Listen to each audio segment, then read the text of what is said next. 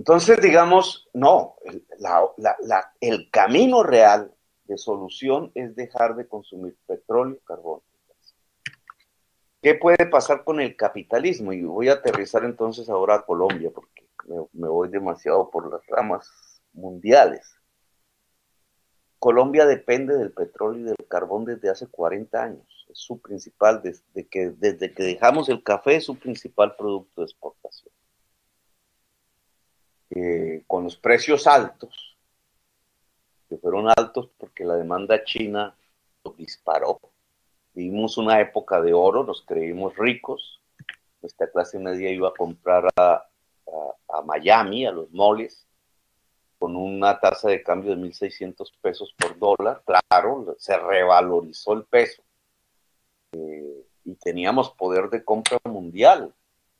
La revalorización del peso al mismo tiempo provocaba un efecto económico dentro del país, y es que nuestras exportaciones diferentes a petróleo y carbón eran muy caras. Dejamos de exportar y al dejar de exportar se fueron muriendo muchas ramas productivas de la industria, de la agricultura. Eso se le llama la enfermedad holandesa.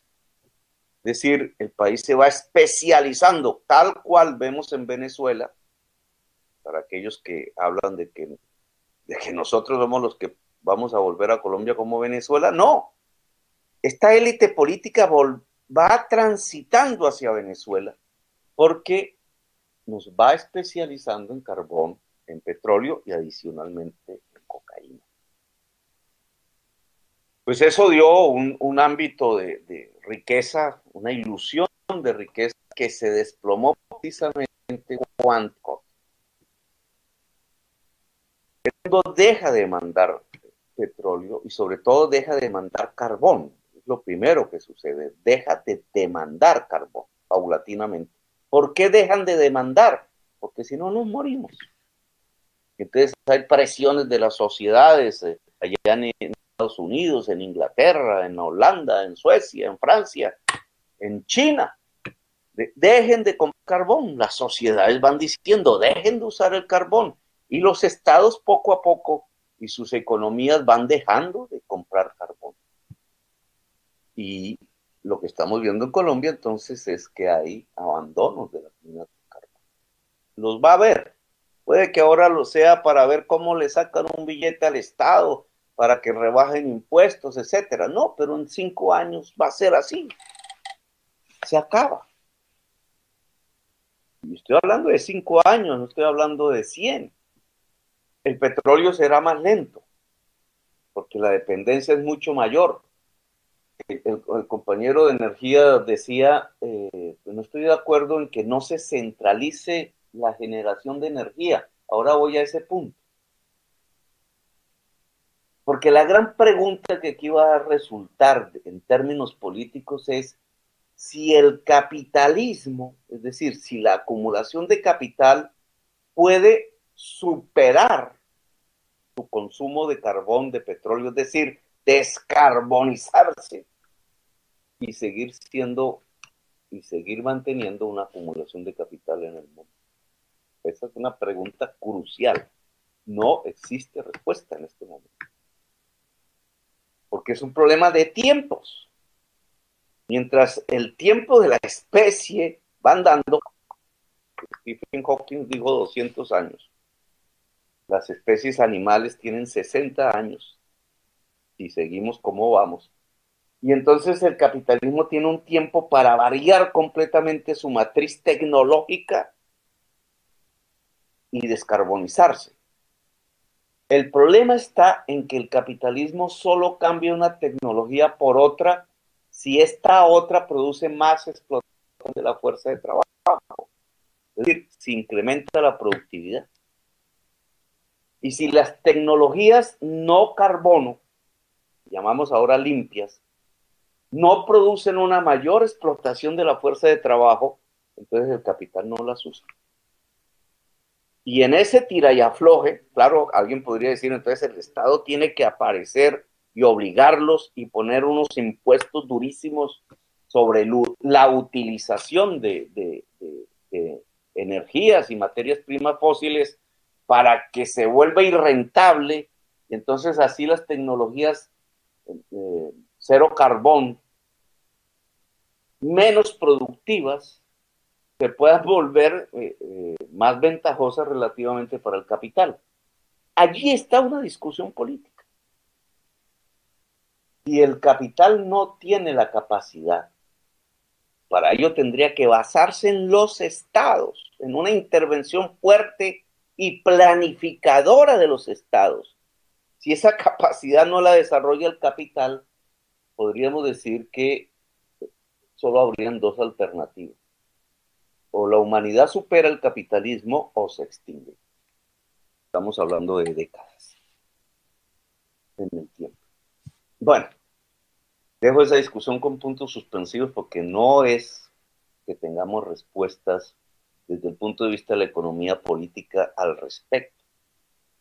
Lo cierto es que se necesita una mayor capacidad de planificación mundial, una mayor capacidad de Estado público para poder resolver y regular o intentar regular la acumulación de capital de cara a mantener la vida en el planeta. Es decir, el neoliberalismo, al menos eso, se acaba. Por tanto, el pacto histórico que ya moverse alrededor de este tema. Y aquí vienen preguntas todavía más concretas. ¿Qué significa entonces para Colombia esto? Significa que hay que cambiar el modelo de desarrollo, que no podemos seguir dependiendo del carbón y del petróleo y del gas. No podemos. Condenamos el país a un abismo si lo hacemos, negando lo que está pasando en el conjunto de la humanidad. No lo podemos hacer de la noche a la mañana, luego hay que tener una transición. En la discusión de la ley de regalías, porque el establecimiento torpemente lo que hace es reducir impuestos sobre el carbón y el petróleo, que reduce las regalías, se las entrega, las pocas que van a quedar a la clase política local, y se las roban, así de simple, se despilfarran, cuando era la última posibilidad de tener un capital para financiar la transición económica. Y metí el tema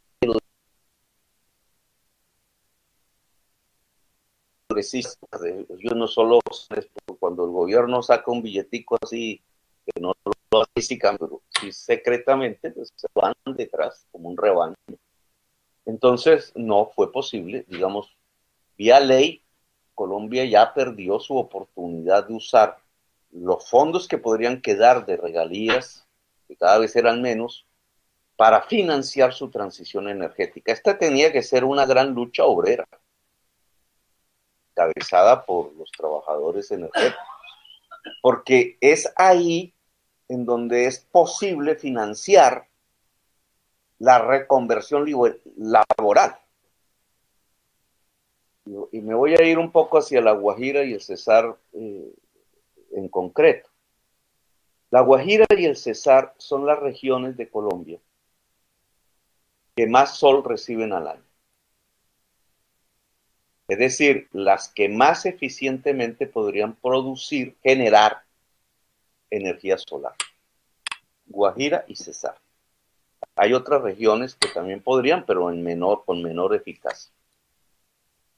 Y paradójicamente son las que están extrayendo la mayor parte del carbón de exportación de Colombia. Éramos el quinto exportador mundial. He ahí una reconversión. Porque si yo paso de ese carbón hacia generar energía solar en la misma Guajira, no provoco un gran descalabro. No puedo pensar que los mismos trabajadores que están hoy en el Cerrejón y en otras de estas minas, incluidos los del Cesar, pasarían a ser trabajadores de la generación solar. Alguien diría, pero entonces, Petro, pero es que la energía solar no la podemos exportar, es para el consumo interno. Y es así. En cambio, el carbón sí se exporta. Es decir, la energía solar nuestra, por lo menos al principio, no generaría divisas, sí mercado interno, pero el carbón sí generaría divisas. ¿Para qué sirven las divisas? Para importar chucherías de los tratados de libre comercio. Y algo fundamental, la lógica de la acumulación del capital en Colombia, para endeudar el Estado. Entre más regalías recibimos, tiempos de gobierno Santos, más se endeuda el país. Más divisas tenemos, más se endeuda el país. Es como una palanca del endeudamiento. Y para eso sirve de la guarida y el pesar. Entonces, claro, la generación de energía solar no sería directamente para exportación, habría que interconectar a Colombia con otros países, que se puede, pero no es el primer paso. Pero sí para el mercado interno. ¿Qué pasa si la generación de energía solar se hace en La Guajira? Que vendría una discusión en el Cesar. Vendría la generación de energía eléctrica. Vendría una discusión incluso en términos de élites regionales. Y entonces se le va a quitar a Antioquia ese papel a la élite antioqueña de generadora de la energía eléctrica de Colombia. Y aquí el tema de Hidroituango tiene muchísimo que ver. Por ejemplo, si el espejo de agua, el tamaño del espejo de agua de Hidroituango se pusiera en paneles solares, pero en La Guajira, hubiera salido más barato. No hubiera un desastre ecológico. El río Cauca se hubiera salvado. Se produciría la misma energía, pero más barato. Eran algo así como 2 gigas. 2 gigas y medio. Y entonces, ¿por qué la planificación de energía eléctrica de Colombia, ya en la unidad esa del Ministerio y de Planeación, no hizo eso?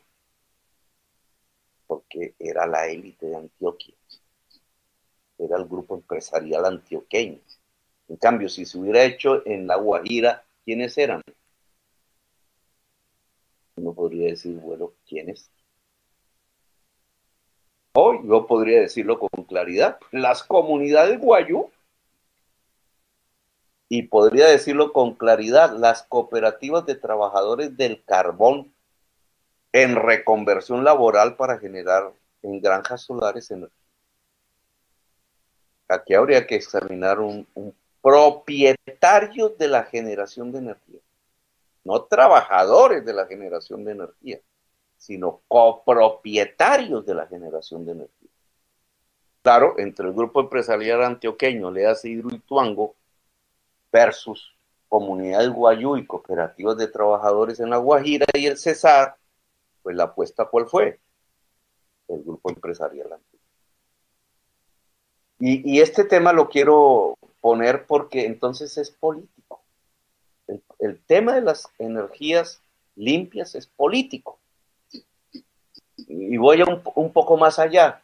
Si no solamente pensamos en La Guajira y en el Cesar, sino en los techos de las casas de la gente.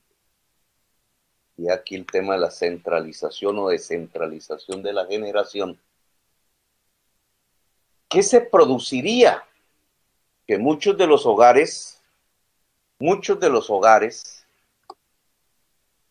generarían energía eléctrica.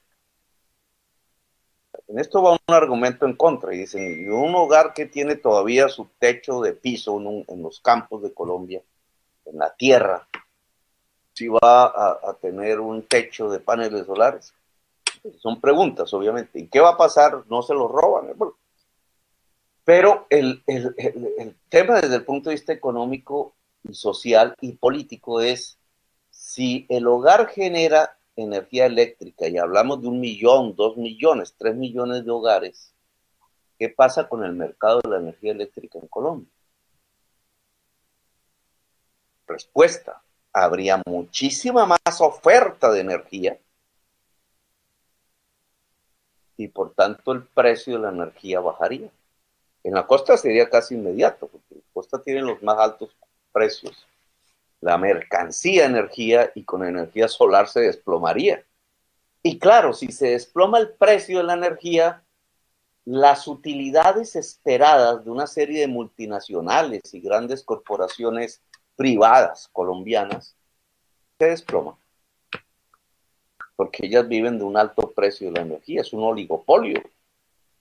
La energía empezaría a dejar de ser una mercancía. Y este es el punto político, por eso yo defiendo la descentralización en la generación energética. Es que si un hogar puede generar no solo su energía que consume, con lo cual deja de pagar factura, sino además ofrecer energía y al mismo tiempo le llega, quizás por la misma línea eléctrica que tiene que ser inteligente, y eso implica un cambio tecnológico. Es decir, el contador de la casa no solo debe medir cuánta energía entra como hoy, sino cuánta sale para hacer unas cuentas diferentes en la factura, sino también la fibra óptica. Entonces ustedes tienen una casa en donde llega fibra óptica con toda la información del mundo, le hace el saber y energía limpia generada a través de su techo. El hogar se vuelve un sitio de trabajo, de producción. Y entonces esto es otro modelo. Y esto es lo que le tiene temor y por eso no lo permiten. La descentralización, porque si medimos, sí, claro, la centralización permite economías de escala y monopolio, que puede ser público o privado, generalmente en Colombia privado, pero la descentralización produce otras relaciones sociales de producción,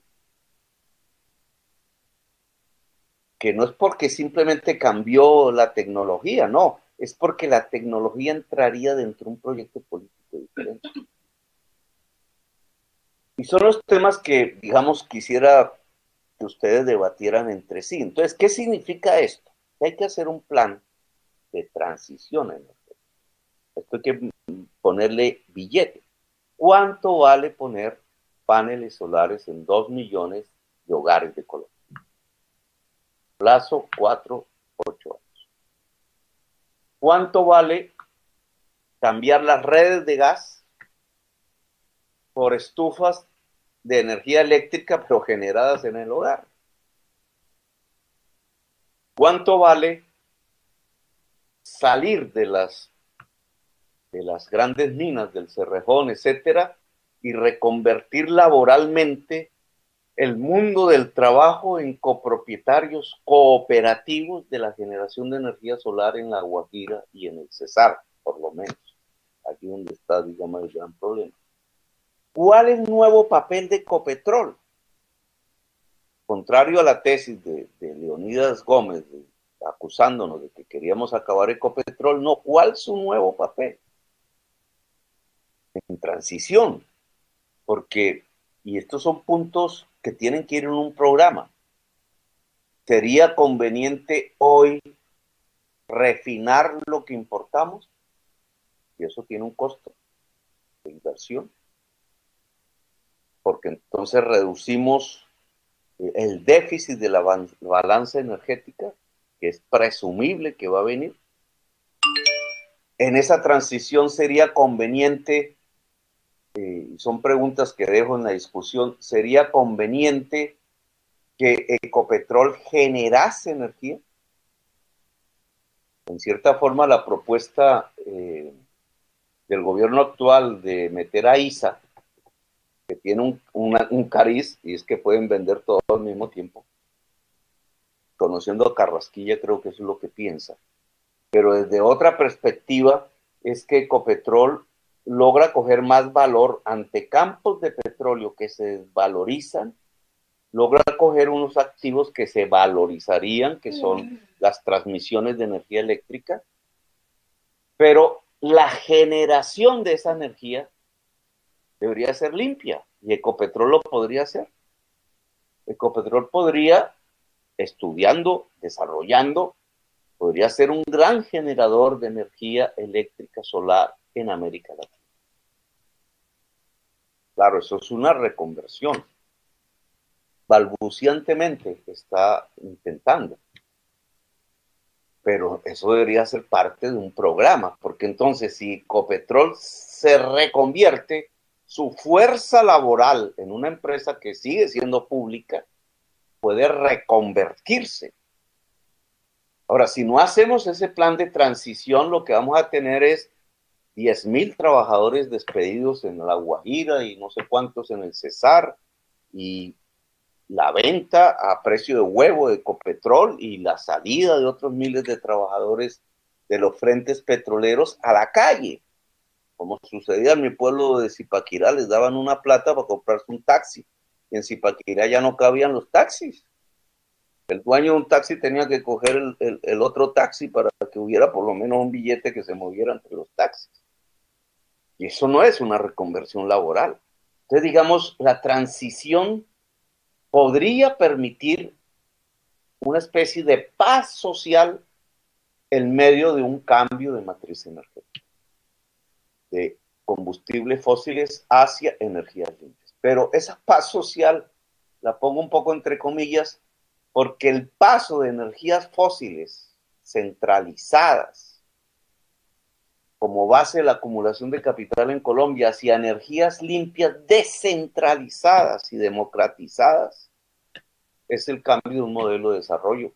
No es simplemente un cambio tecnológico, es un cambio de relaciones sociales de producción, que es un poco lo que está prometiendo el programa de la Colombia Humana, y es un tema que coloco en la discusión del pacto histórico de Colombia. El pacto histórico es un cambio en la historia del país.